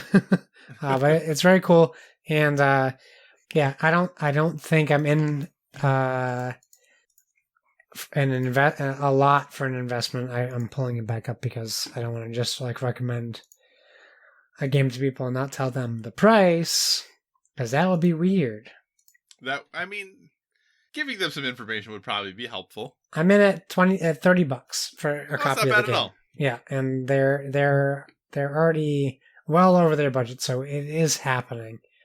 So yeah, check it out. Good people, good price. Awesome. So Josh, we do have a number of questions from the listeners. Do you want to take us through those? All right. So we have Golden God 37 at Golden God 37 on Twitter. I'll keep him anonymous. Or her, because I was tipped off to this question and I didn't realize we got this question. Oh. But I was tipped off to it today. I heard on a recent show that Josh recently started, you don't need to be redundant with recent, sir or madam, started a Pathfinder tabletop RPG experience. I know it's not a board game, but I'd love to hear about that on occasion.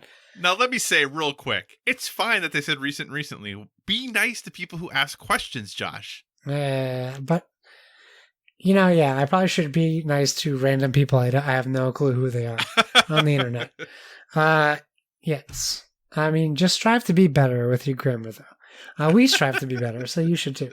Yeah, I would love to keep talking about it. In fact, I did recently play Pathfinder again, and it was a confrontational experience where I was not in the same mindset of the party, where we were fighting goblin rats, and there were 3 of them, and we killed 2 of them, and when the 3rd one ran away and cowered under a pile of junk, me wanting to also kill it made me the bad guy in our party. Even though they were attacking us. So it was an interesting experience. We also fought a bugbear, which was a fun encounter. We also had to search through what I would describe as 1 million rooms. It took us like 35 minutes to open. There were so many doors. It was very frustrating, but I'm sure it was meant to be. We did end up at we did stop where we were about to have an encounter with, I believe it was a drake. I could be 100% wrong and misremembering it, but I do recall goblins and possibly a drake and a leap 20 feet up to get to a ladder. So it sounds challenging where we are currently at, but I'm having fun. And I'm being challenged, but I think in a good way. So I'm becoming a better gamer. Very cool. Cool. Thanks, Golden God 37. Also, maybe get a complex with your Twitter name. But I don't know who you are or who you could be. If you are a general listener who we don't personally know, we promise we'll be very nice to you when you write us questions. Totally, I promise. Saving Throw Studios at Studios Throw jumps in with a question or 2. They say one game you can't get into that everyone else loves, and name one board game you always wanted to play but never have. So why don't we start, Kyle? What's one game you can't get into that everyone else loves? That's actually do you have an answer to this? Because I was literally looking this up while you were answering the previous question. Because I don't know that I have games Kyle doesn't like. I just don't know that I have a good answer to this. That's a game that I don't like that everyone else seems to. I mean, it's kind of subjective, right? Because I think most people love games that have good core mechanics and solid like gameplay, right? Like someone's like, "Hey, I mean, you know my answer, right?" I have a feeling I know what your answer is, and it might have to do with some superheroes. Yeah. My answer is Sentinels of the Multiverse.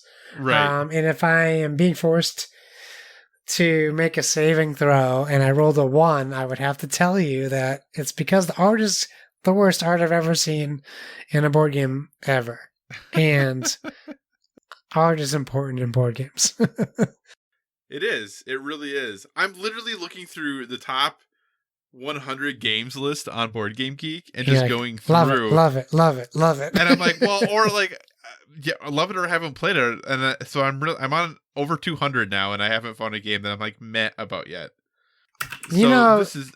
I'm gonna Google top 100 board games. There's no way you can't find a board game you don't like. Okay, list. Here we go. Number 239, Small World. It's fine. Like, I think Small World is totally fine. I guess that's my answer. People really seem to love Small World. I think it's fine. Okay, I mean, I'm not going to criticize your answer because that would be crazy. That would be crazy for me to do that, Kyle. I didn't criticize your answer either.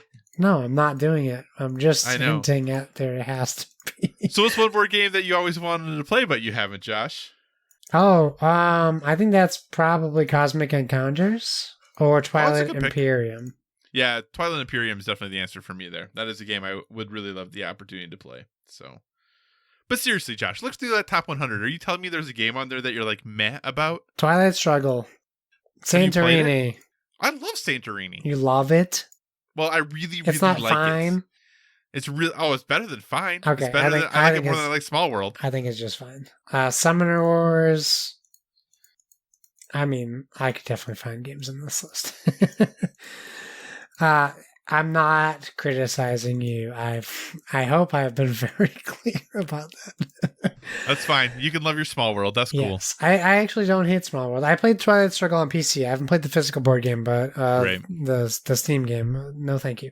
Splake at Delicious chimes in.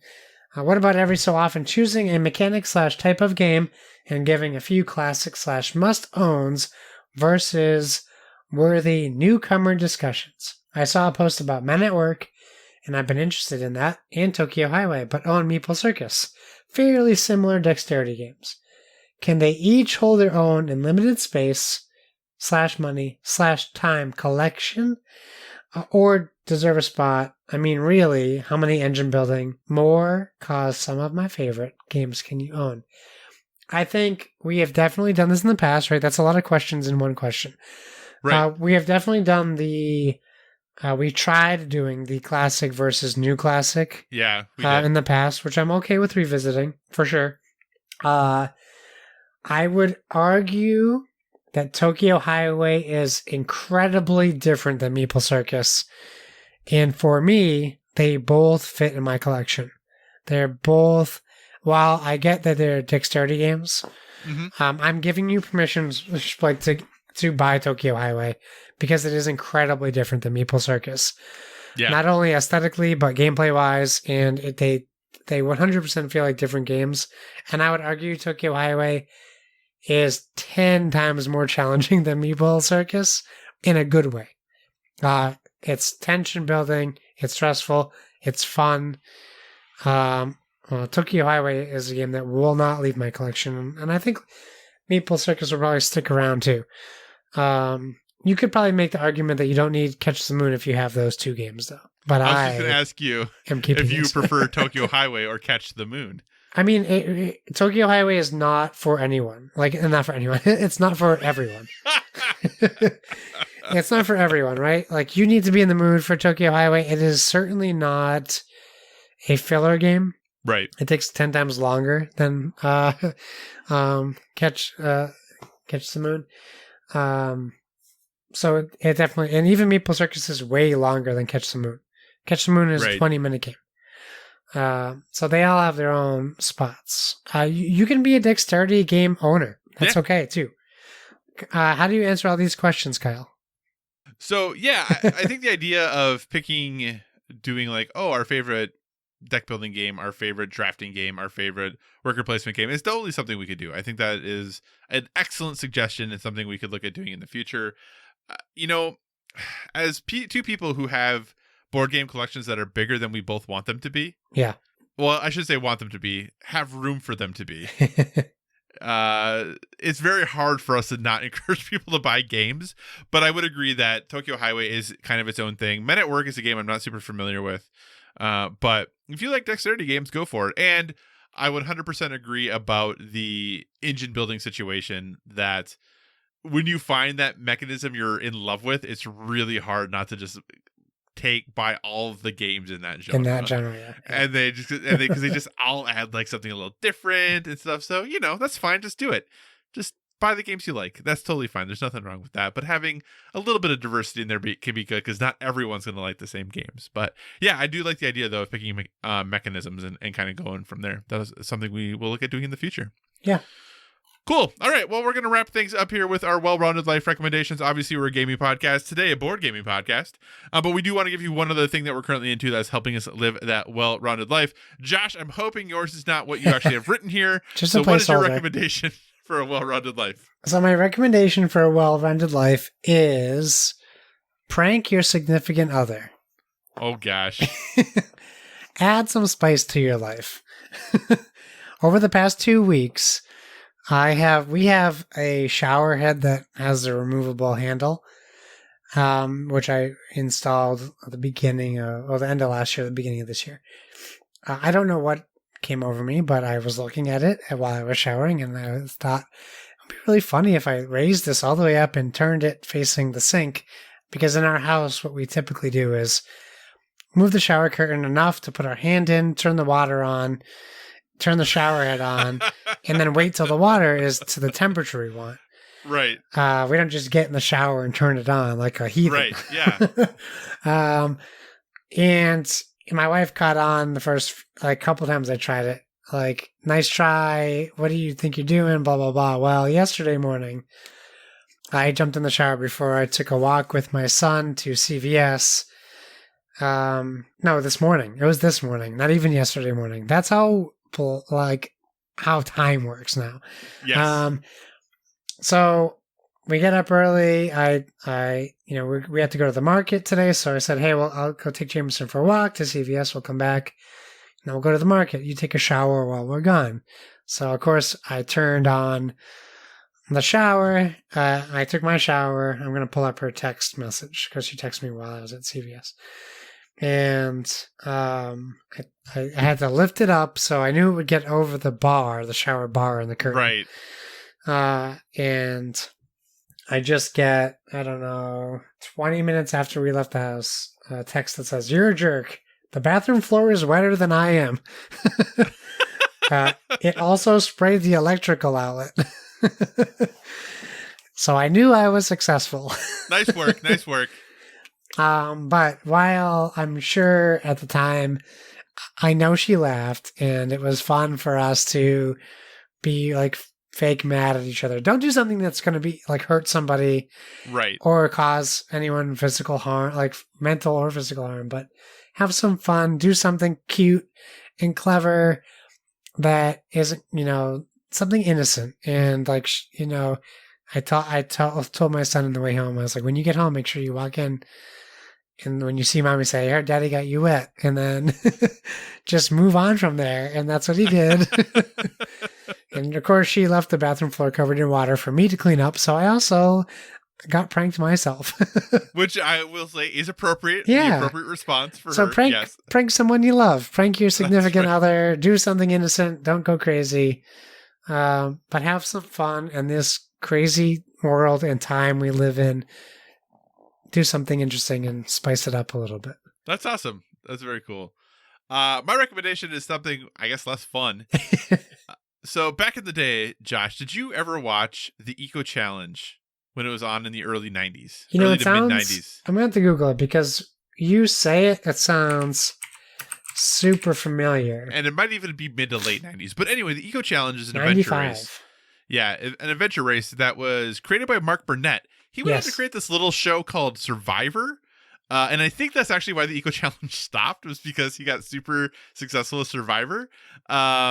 But the Eco Challenge, like I said, is an adventure race where teams of 4 race from the point A to point B with a whole lot of little checkpoints in between. The current one, they have brought the show back. It's hosted by Bear Grylls. I just saw this. I'm so excited to see Bear Grylls. Yeah, so it's hosted by Bear Grylls. It is on Amazon. And it's called The World's Toughest Race, Eco Challenge Fiji. Interesting because they actually were in Fiji for one of the original episodes way back in the 90s. But basically, these teams... He comes in a helicopter. He does come in a helicopter. That is how Bear Grylls enters things. It's a 670-kilometer race. And there are some teams who are the elite teams who are there to win, and other teams who are just trying to finish because there are time cutoffs and stuff. But it's all manner of different things you can imagine. They might have to paddle a ways and then do some hiking and then maybe some mountain biking and then maybe some whitewater rafting. And then they have to, climb a waterfall and then they have to navigate through a jungle. Just a whole bunch of different stuff. The team that wins, and I won't tell you who wins, but they basically do the 670 kilometer course in 117 hours or something like that. So they basically don't sleep. They never slept, really. This looks so cool. Yeah. So overall, the production of the show is pretty good. They do a really nice job of kind of finding the teams that you are going to have tug at your heartstrings a little bit, in addition to following those who are the leaders. I will say that for a show that's on Amazon, and I really get annoyed that they do this, it is filmed like a show that you are not going to watch back to back to back, that it's on weekly. So every show starts with a recap. Yeah, so every show starts with a recap of what happened with the previous show. And then they introduce you to a team and you're like, yeah, you talked about them 40 minutes ago on the other episode. I know who they are. So that's the only thing that's a bit annoying about it.